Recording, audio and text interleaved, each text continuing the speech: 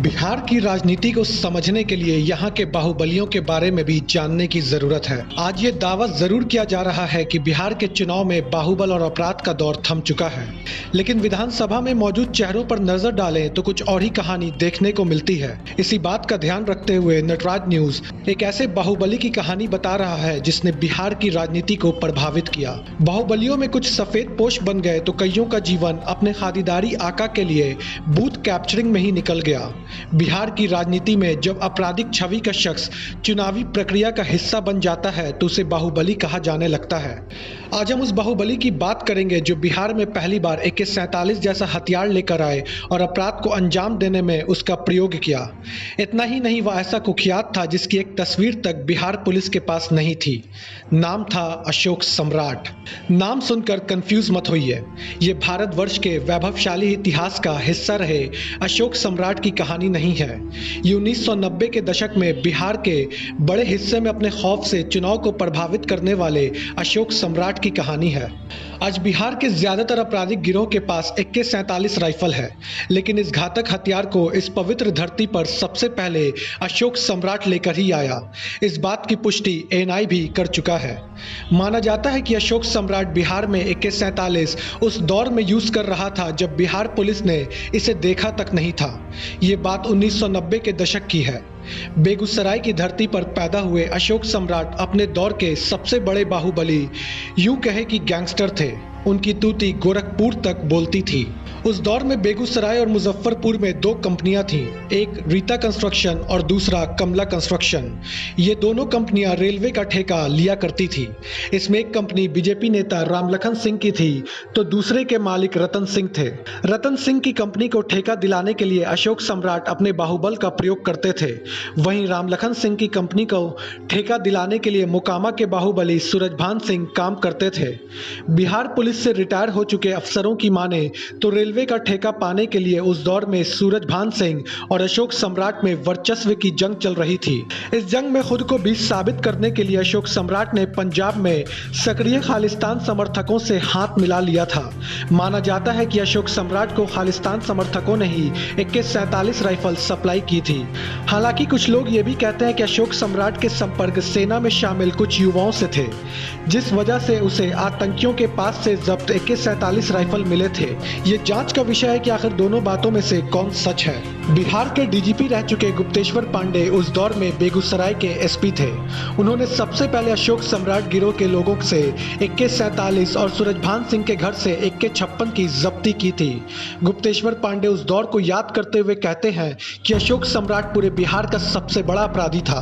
वह कानून को कुछ समझता ही नहीं था। 1993 से 94 में बेगूसराय में 42 मुठभेड़ हुए, जिसमें इतने ही लोग मारे गए। इसमें स्थानीय लोगों ने काफी मदद की। AK-47 से संभवतः पहली हत्या 1990 में हुई थी। अशोक सम्राट ने अपने पिए रहे मिनी नरेश की हत्या का बदला लेने के लिए मुजफ्फरपुर के छाता चौक पर AK-47 की गर्जना दिखाई थी। छाता चौक पर दिन दहाड़े अशोक सम्राट के गुर्गों ने थाने के ठीक बगल में बाहुबली चंदेश्वर सिंह की हत्या की थी। अशोक सम्राट की हनक के पीछे राजनीतिक ताकत भी थी। माना जाता है कि अशोक सम्राट का उस दौर के मंत्री और लालू प्रसाद यादव के करीबी रहे बृज बिहारी प्रसाद से काफी अच्छे रिश्ते थे। अशोक सम्राट बेगूसराय, बरौनी, मोकामा, मुजफ्फरपुर, वैशाली, लखीसराय, शेखपुरा और इसके आसपास के इलाकों में तय करता था कि चुनाव में किस उम्मीदवार को जिताना है। उसके गुंडे बूथ कैप्चरिंग से लेकर लोगों को डरा धमकाकर वोट दिलाने का काम करते थे। अशोक सम्राट से नजदीकी के चलते ही बृज बिहारी प्रसाद की पटना में हत्या हुई थी। माना जाता है कि उनकी हत्या यूपी के कुख्यात श्री प्रकाश शुक्ला ने की थी। इस हत्याकांड में पूर्व सांसद सूरजभान सिंह, पूर्व विधायक मुन्ना शुक्ला, राजन तिवारी समेत कई लोग आरोपी बनाए गए, लेकिन अब बरी हो गए हैं। अशोक सम्राट की ताकत इतनी बढ़ गई थी कि वह सरकार और प्रशासन को चुनौती देने लगता था। उस दौर में लालू प्रसाद यादव नए सत्ता पर काबिज हुए थे। माना जाता है कि प्रशासन को अपने पीछे देख अशोक सम्राट ने खादी पहनने की चाहत पाल ली थी। आनंद मोहन की पार्टी से उसका टिकट भी पक्का हो गया था, लेकिन उसका मंसूबा पूरा हो पाता उससे पहले ही वह पुलिस की गोली का शिकार हो गया। अशोक सम्राट का एनकाउंटर बिहार पुलिस के जांबाज ऑफिसर शशि भूषण शर्मा ने की थी। एनकाउंटर स्पेशलिस्ट शशिभूषण शर्मा ने पूरी नौकरी में करीब 35 लोगों को ठिकाने लगाया है। इस लिस्ट में सबसे कुख्यात अशोक सम्राट ही माना जाता है। अशोक सम्राट के एनकाउंटर का वाकया भी काफी दिलचस्प है। बताया जाता है कि 5 मई 1995 को अशोक सम्राट का एनकाउंटर हाजीपुर में हुआ था। उस दौर में शशिभूषण शर्मा वहां के इंस्पेक्टर इंचार्ज थे। पुलिस को सूचना मिली थी कि सोनपुर रेलवे में टेंडर होने वाला है जिसमें अशोक सम्राट आने वाला है। ये पुष्ट नहीं था कि वह अशोक सम्राट ही है। सूचना के आधार पर 5 पुलिसकर्मी अपराधियों के ठिकाने का पता लगाने के लिए गश्त पर थे। इसी दौरान दिन में करीब 1 बजे लक्ष्मण दास मठ के पास एक गाड़ी में एक शख्स राइफल लेकर बैठा दिखा। इसके बाद पुलिस ने अपनी जीप उस गाड़ी के सामने लगा दी। ऐसा होते ही गाड़ी से 5-6 लोग निकले और फायरिंग शुरू कर दी। अपराधियों के पास AK-47 था जबकि पुलिस के पास पिस्टल और 303 बंदूक थी। पुलिस की जवाबी कार्रवाई के बाद अपराधी गाड़ी में दोबारा सवार हो गए और भागने की कोशिश करने लगे। पुलिस वालों ने फायरिंग जारी रखा। तब 4 अपराधी वहां से पैदल ही भागने लगे। पुलिस को देख गांव वाले भी अशोक सम्राट और उसके लोगों का पीछा करने लगे।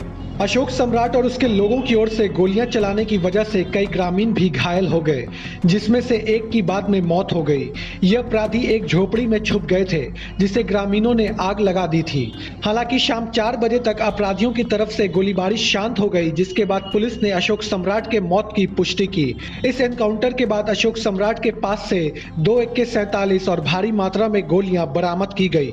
इस तरह खाकी और खादी के कॉकटेल अशोक सम्राट का खात्मा हो गया। अशोक सम्राट के एनकाउंटर से पहले शर्मा 9 साल तक सस्पेंड रहे थे। अशोक सम्राट एनकाउंटर के बाद उन्हें आउट ऑफ टर्म प्रमोशनल मिला। शर्मा को प्रेसिडेंट मेडल तक से नवाजा गया। वह DSP बना दिए गए।